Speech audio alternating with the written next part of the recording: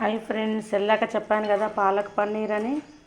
ఇగో palak paneer ready అయింది. నచ్చితే మీరు కూడా చేసుకోండి.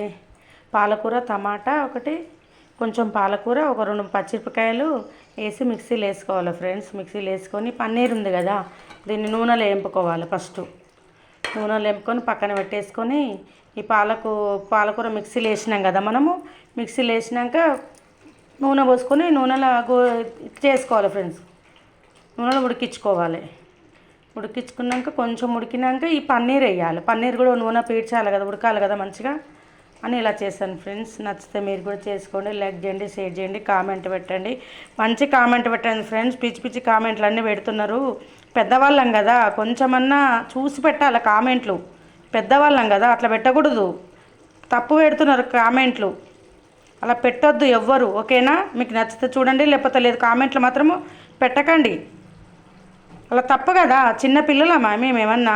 పెద్దవాళ్ళం కదా. సారీ, ఏమనుకోకండి. మంచి కామెంట్లు పెట్టండి. ఎవరికైనా రిక్వెస్ట్ నాది. మంచి కామెంట్లు పెట్టండి ఫ్రెండ్స్. వేరే వేరే కామెంట్లు ఎవరు పెట్టొద్దు, ఓకేనా? బాయ్. మరి ఏమనుకోకండి అంటున్నట్టు.